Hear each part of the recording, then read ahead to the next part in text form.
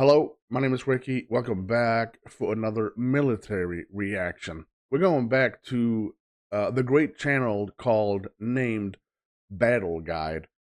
If you haven't checked out Guide, I strongly advise you to do so. There is a bunch of amazing documentaries about World War One, World War Two, both involving the Americans, both involving the British, uh, uh, the Germans, the Nazis, of course. So if you're into that, I strongly advise you to do so.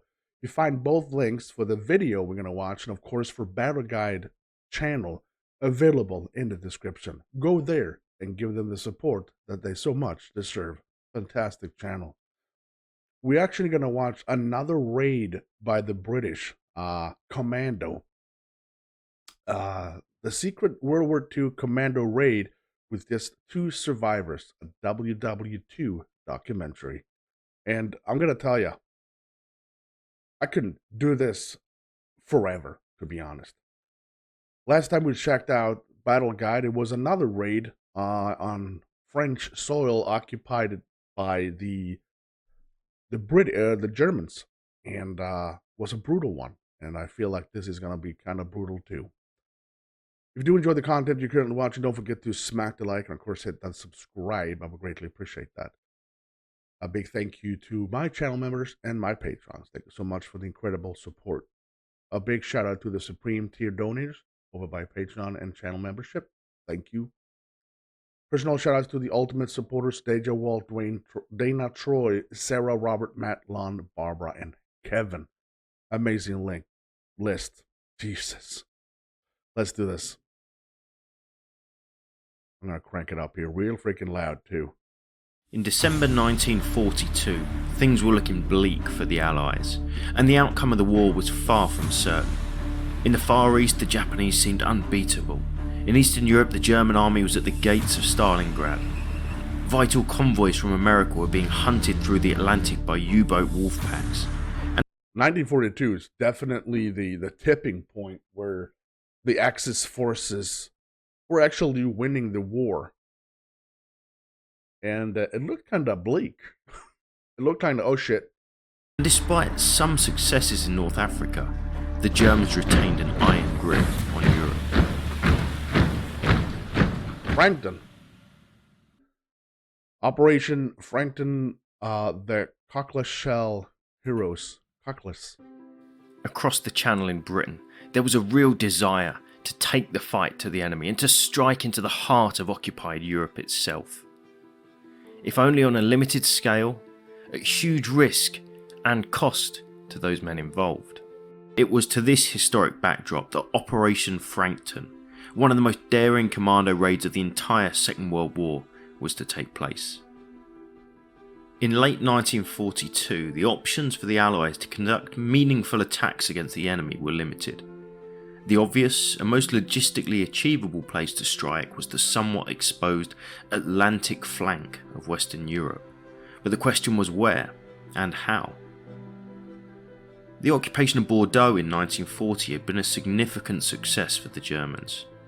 Not only did it provide access to the Atlantic and a refuge for U-boats, but its position some 60 miles inland made it an ideal harbour for fast surface vessels and blockade runners, bringing in resources from across the globe. Its location also made it safe from anything but aerial attack. Or so it was thought. Aerial bombardment was quickly ruled out. It was decided that a large RAF raid on a built-up city like Bordeaux would cause too many civilian casualties, with too little chance of success. Enter Combined Operations, led by the flamboyant Lord Louis Mountbatten, who decided on a dashing rapier-like thrust from the sea using canoe-borne raiders. So, just a dozen Royal Marines under a charismatic commander began their training for what would be one of the most incredible raids of the entire war. On 18th of October, following a series of aggressive raids up and down the coast of Western Europe, Hitler issued the famous Commando Befehl, declaring that any and all captured commandos be interrogated and executed without mercy. Unknown to the raiders, their already slim chance of surviving an extremely hazardous mission were they to be captured, were now reduced to 0. The men chosen for the mission were led by the legendary George Blondie Hasler, a focused, courageous and determined officer. He was highly thought of by his men and his superiors, as this confidential report shows. Thinks clearly and expresses himself well, particularly on technical subjects. Has a lively imagination and a leaning towards development or invention. He is in the centre of work, which borders on a hobby for him. He works exceptionally hard and long and approaches routine and some administrative work with interest and thoroughness, despite this being at the expense of work which he finds more interesting. He has Just by the look of his face, and of course the things that is told about him, I would probably follow him anywhere. And that is the peak of a good commanding officer, is actually giving me that feeling, because I'm pretty sure that this is why common soldiers do daring raids, daring missions, because of great officers, brotherhood, and battling evil. a well-developed sense of humour and is a good practical seaman who keeps himself fit. A strong character with the ability to inspire enthusiasm. Popular. Yeah. So Blondie, along with his hand-picked team of commandos, began training for an epic mission. For the time being, destination unknown. Their method of transport would be Blondie's personal invention, a 2-man plywood and canvas canoe nicknamed a cockle. Oh, It could be stored and exited from a surface submarine and then silently paddled towards its objective. oh, it's like a canoe. It's like a canoe. But they can pack it in the U-boat or the submarine, pull it out of nowhere. That is amazing. That is stealth. Picture that: you put a boat in a boat, go deep underwater, go up, surface, get that little bad boy out. Amazing. Once there, the 2-man teams will place magnetic limpet mines on their targets before making their escape. Not only would the raiders have to reach their destination and disembark from a submarine, but they would then have to run a 60-mile gauntlet of coastal defences, sentries and enemy vessels, hiding by day and moving by night, navigating treacherous waters in the middle of winter, and then penetrate a heavily patrolled dockside, place their charges, unseen by ship or shore, retrace their steps and then travel on foot some 90 miles to a rendezvous with unknown French resistance members. That done, they then only had the 500-mile journey through occupied Europe to Spain to contend with. No surprise then that the raiders trained ferociously. When word came in late 1942 that Operation Frankton was approved, the men boarded the submarine HMS Tuna, which would take them to the coast of occupied Europe. What? That doesn't make any sense. The escape plan is even worse than the battle plan.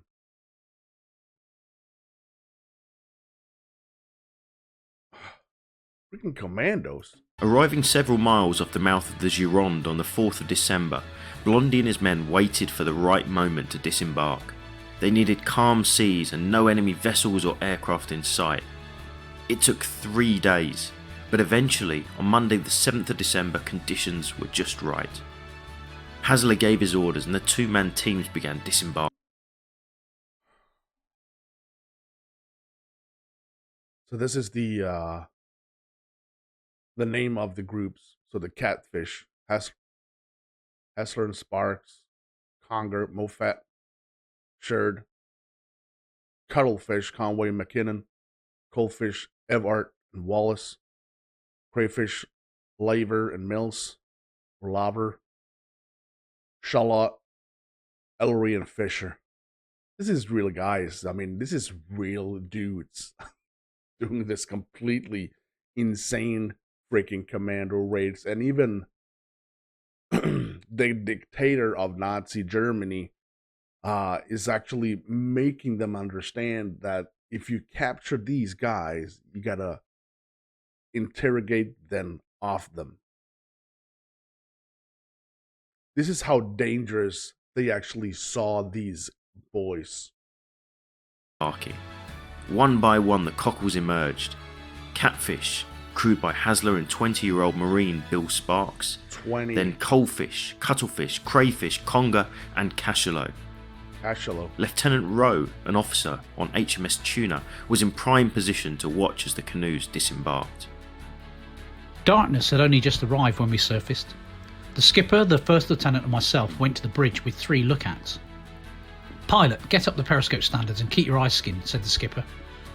From that position I could see the boom defence vessels showing faint signal lights, but otherwise my binoculars found nothing to report. The forehatch opened and up came the canoe and 2 men, fleet of foot but silent. They brought their small craft beneath the muzzle of our 4-inch gun, which, like the jib of a crane, protruded beyond the bridge structure. The gun was traversed to starboard, carrying the manned canoe, and, when it was at right angles to the sub, the gun was again depressed, enabling the Marines to paddle away and lay off waiting. Using low-pressure air blowers to keep the noise down, the skipper brought Tuna partially up again, and the routine was repeated 4 times further. It was at this time that the Cockleshell Raiders suffered their first setback. The crew of Cachalot had trouble exiting the sub, badly damaging their canoe. They could take no part and had to watch through tears of frustration as the other 5 crews set off on the long paddle towards the Gironde. I think that must be even harder, not being able to tag along with the raid what others have to. That would be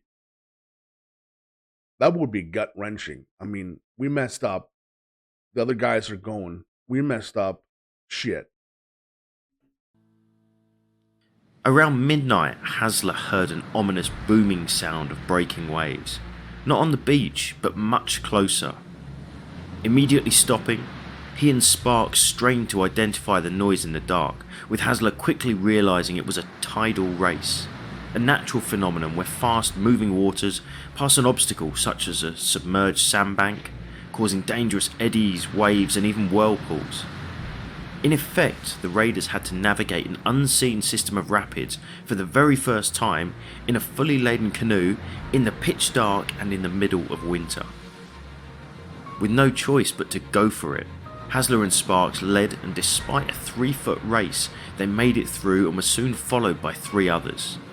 But when they reached the other side, it was realised that Coalfish, crewed by Sammy Wallace and Bob Ewart, had not.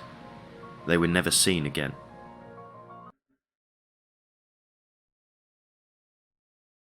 Oh, such a great start, isn't it? Start out with a 6, down to 4, in this insane raid. Well, God bless Avart and Wallace. Thank you for your service. Soon after, the 4 canoes hit a second, even higher tidal race. It was here that Congo was lost, with the canoe being swamped, leaving Jan Sheard and David Moffat no option but to try and reach the shore. In freezing conditions and with strong currents, neither would make it. God! Before they had even reached the Gironde, the 12-man team had been reduced to 6. Undeterred, the remaining force pushed on, rounding the headland into the Gironde, an immense river several miles wide, but heavily patrolled by enemy craft, coastal sentries, and a group of French-built gunboats just off the little port of Le Verdon. To make things worse, the strong current was pushing the raiders directly towards the enemy. With great skill and plenty of nerve, the raiders slipped past the German defenders and made their way upriver. Although when eventually they emerged into the Gironde proper, there was no sign of McKinnon and Conway, the crew of Cuttlefish, who too were destined never to make it home. What? Even before we're getting to the objective, and we already lost 90% of the commando force. Conway, McKinnon, thank you so much for your service. God bless.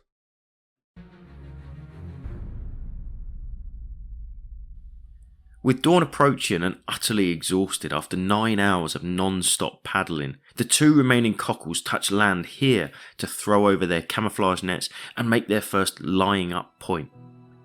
Thinking they'd chosen an uninhabited stretch of riverbank, they were surprised when the sun rose to find they were actually lying up in the very spot where local French women came to cook each morning.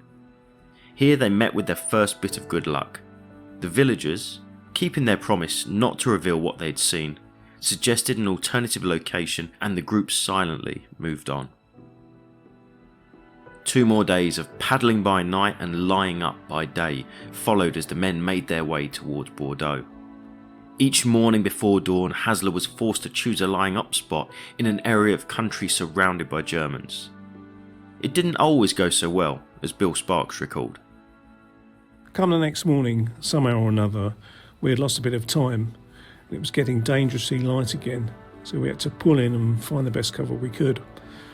We landed on a little island, and the Major got out to do a little reconnaissance, then came rushing back and pushed our canoe off. We had landed right in the middle of a German ack site. By the time we had got water... Did you say ack site? Well, it's anti-air. He said ack. Oh shit, I'm wrong button. To do a little reconnaissance, then came rushing back and pushed our canoe off. We had landed right in the middle of a German ack site. Yeah. So ack is anti-air. So that was not a good spot to land. By the time we had got waterborne, it was too light for us to commence pedalling.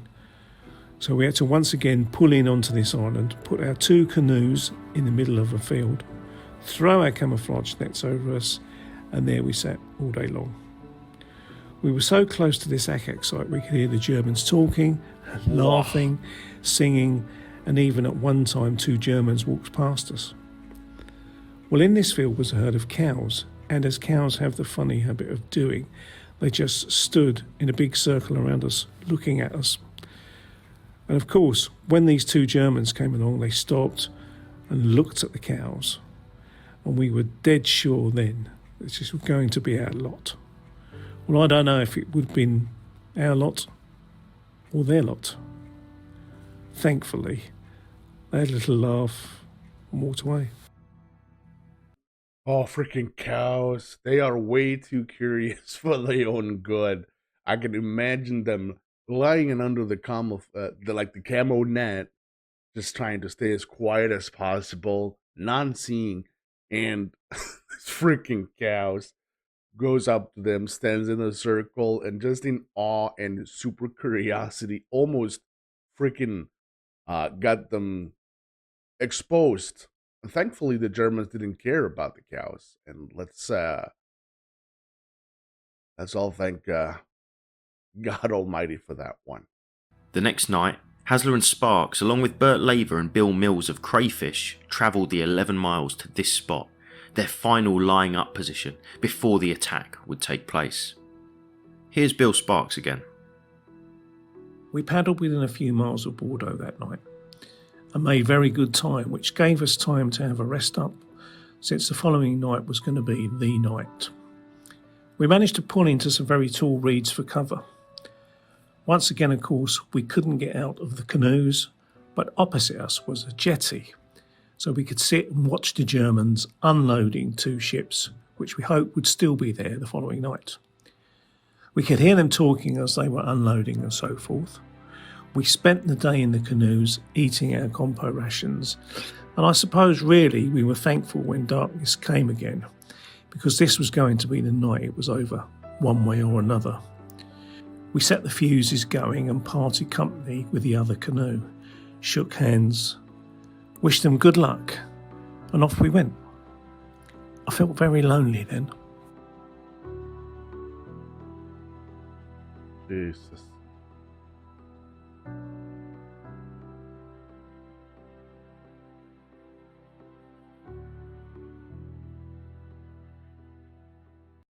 Wow.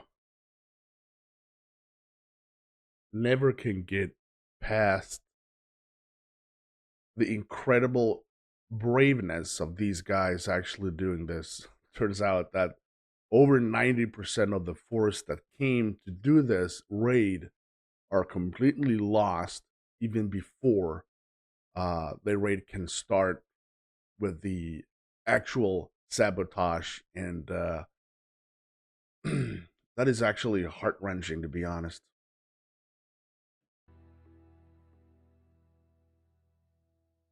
Leaving the reeds of their final lying up point, the plan was simple: to paddle straight up into Bordeaux on the incoming tide, find their targets and plant their charges at slack water before using the ebb tide to escape back downriver to safety.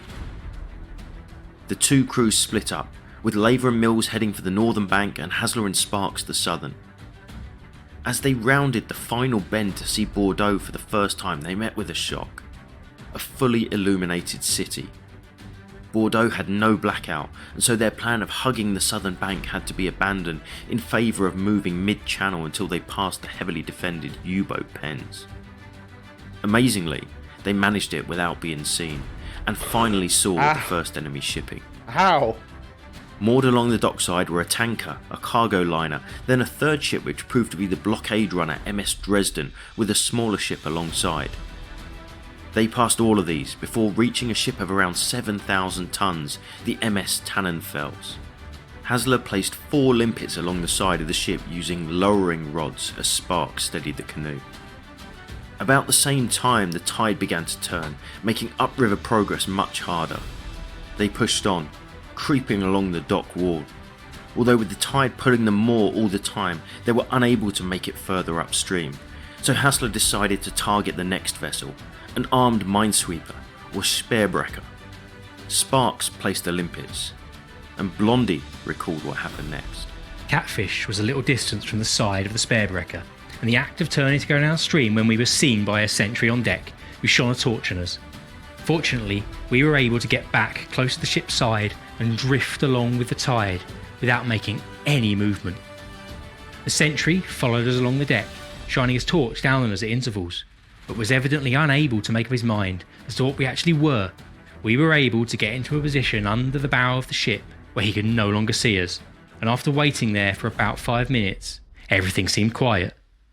So we resumed our course downstream. The pair returned to the Dresden, the ship they'd passed earlier, with a fuel tanker moored alongside it. Moving between the two, they narrowly avoided being crushed when the tide squeezed them together. They placed their remaining limpets. Mission complete. And with no more than a handshake, moved back out into midstream to be swept along by the ebb tide. A little later, and still in total darkness, Hasler and Sparks heard the splashing of paddles and by chance met Laver and Mills mid-river, who had just been successful on the northern bank. They travelled together for a while before splitting up to make their own way to safety. Laver and Mills wouldn't make it. But continue.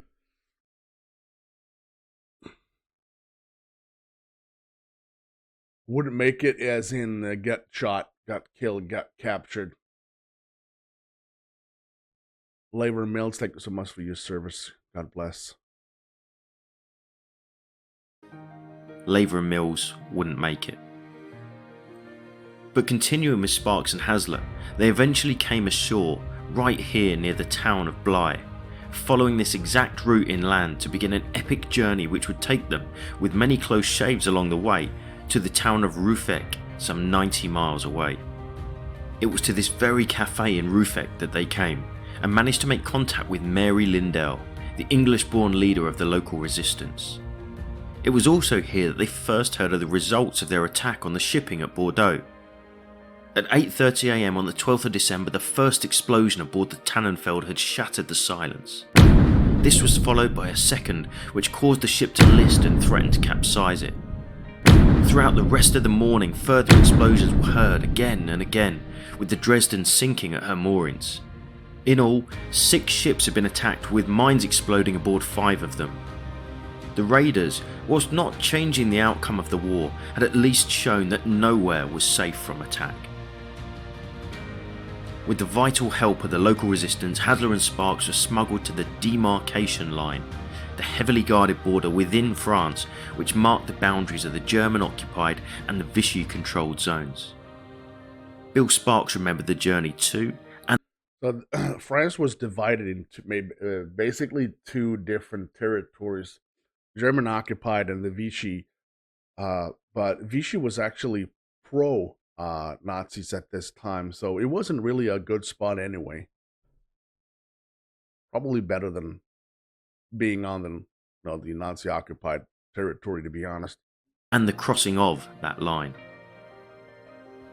We got ourselves ready, and about an hour later there was a knock on the door, and they had come for us, bundled us in this little van and took us to the line of demarcation. There we had to wait in the bushes for about an hour until a little chap came through. He was our guide to take us across the line. The particular part of the line we were at was a roadway, and it was particularly heavily patrolled with guard dogs, which I detested, and foot patrols. He said he would go across first, and when he whistled, one of us was to go across. Another whistle, and the third one would go. Away he went into the darkness. We heard the whistle, and away went the Major. There I was, left alone in the bushes. I'd never felt so lonely in all my life. It seemed like hours before this whistle came, and eventually I was away across the line. That's when the first 4-minute mile was broken, by the way. Hidden locally for several weeks, it was once again Mary Lindell's help that saw them in disguise, which included Hasler, much to his annoyance, removing his blonde walrus-like moustache. The trio took a series of trains to Lyon, Marseille and then Perpignan, and then eventually to the foothills of the Pyrenees. Here they met with two Basque guides who were to lead them in a grueling mountain climb over the Pyrenees, waist deep in snow and into Spain. Exhausted, freezing, but with the Spanish frontier finally in sight, they travelled this exact track to freedom, eventually stopping at a hostel some 5 miles inside Spain from where the British consulate was contacted, and their epic escape came to an end. Well, I gotta say that this channel deserves to be. I don't know, because he's actually going, and I think he is in some kind of a sponsorship or with like war tours. You can actually go there with the guides, and he's actually right there where they actually walked, 1940, end of 1942. Split up once in Spain and travelling home separately, Bill and Blondie eventually returned to Southsea, where the Cockleshell Raiders had trained, and to the Granada pub, where the group had agreed to meet and have a drink when it was all over. Unfortunately for Hasler and Sparks, they drank alone. Operation Frankton was not without controversy, especially when weighing the limited material success against the extraordinarily high casualty rate to those who took part.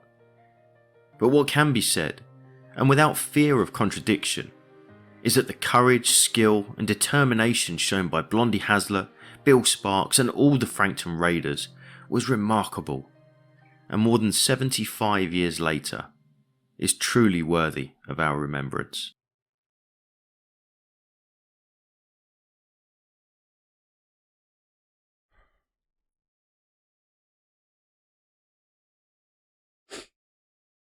Another great raid. If it's just sinking 2 boats, 2 ships, it still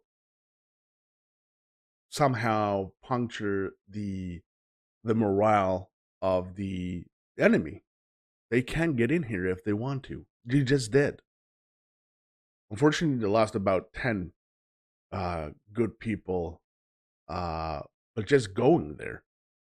And that is hauntingly terrifying that they actually perished before they had the chance to sabotage, to explode, to whatever you want to call it. But they did. And that feeling that they must have when they sit in their pub, drinking the pint of beer, well deserved, that it's just you and me who made it. The other ones didn't. I would probably cry my eyes out. and thank my lucky star that I am at least here, drinking my pint and telling the story of how I managed to raid.